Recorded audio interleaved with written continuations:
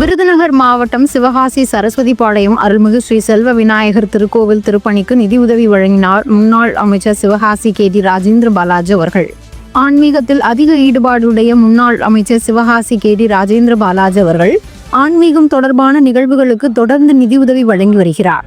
அந்த வகையில் விருதுநகர் மாவட்டம் சிவகாசி சட்டமன்ற தொகுதிக்குட்பட்ட சரஸ்வதி பாளையம் கிராமத்தில் உள்ள அருள்மிகு ஸ்ரீ செல்வ விநாயகர் திருக்கோவில் திருப்பணிக்கு கழக அமைப்பு செயலாளர், விருதுநகர் மேற்கு மாவட்ட கழக செயலாளர், முன்னாள் அமைச்சர் சிவகாசி KT ராஜேந்திர பாலாஜி அவர்கள் ரூபாய் 50,000 நிதியுதவி வழங்கி சிறப்பித்தார்.